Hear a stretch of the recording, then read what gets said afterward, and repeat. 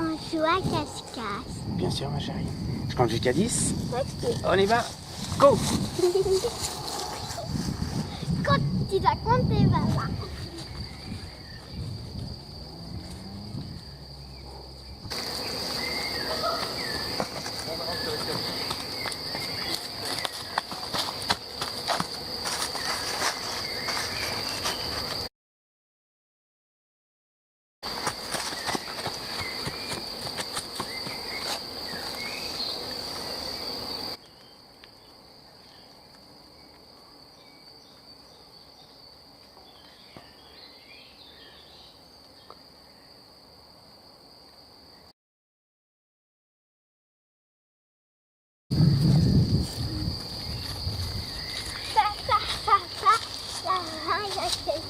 D'abord, qu'est-ce qu'il y a? On va aller voir? Oui.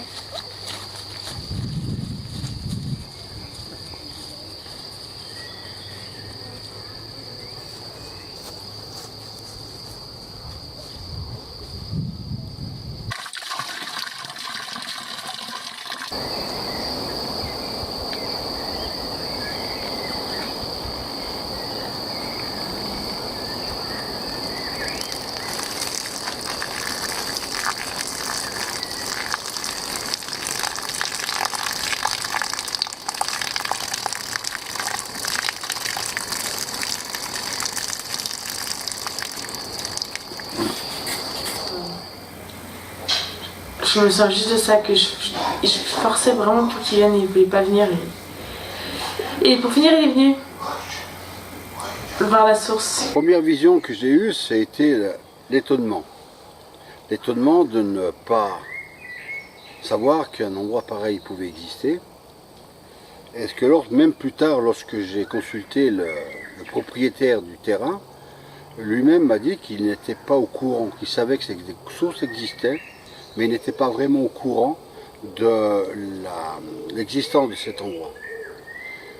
L'endroit était absolument magique pour moi. J'ai ressenti tout de suite une énergie. J'ai ressenti tout de suite une énergie qui irradiait de l'endroit. Donc, j'y suis retourné, bien sûr, le lendemain, pour montrer cet endroit à des amis, et je suis tombé devant l'entrée de la source d'une salamandre. Je me dis, s'il y a un signe extraordinaire, puisque la salamandre est pour le druidisme, le druide que je n'étais pas encore, cette salamandre me prouvait que l'endroit était consacré.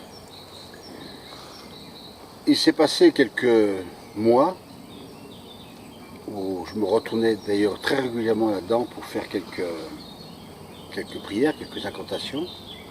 Et un jour, je suis revenu ici avec le druide Philippe Campi, qui lui m'a déterminé cette source comme une source sacrée, sans doute celtique, mais une forte chance, par le fait que cet escalier hélicoïdal représentait pour lui assez ouvertement un endroit druidique et celte.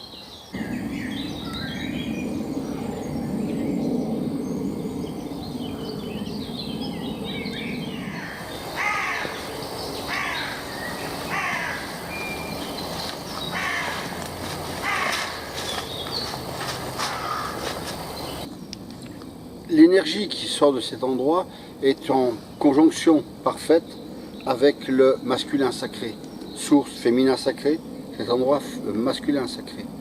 Donc entre les deux endroits, on a cette conjonction, ce mariage entre ces deux forces, ce qui fait qu'ici on est extrêmement apaisé.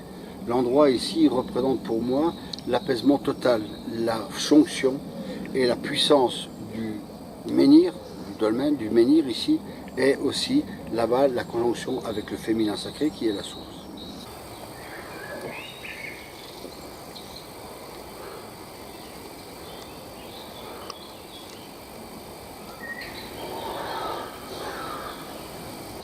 La source elle-même étant déjà un féminin sacré, on sait très bien que lorsque nous avons affaire à une source, nous avons affaire aussi à des déesses ou des entités féminines, puisque dans toutes les légendes ou dans tous les contes, les sources sont toujours gardées par des femmes.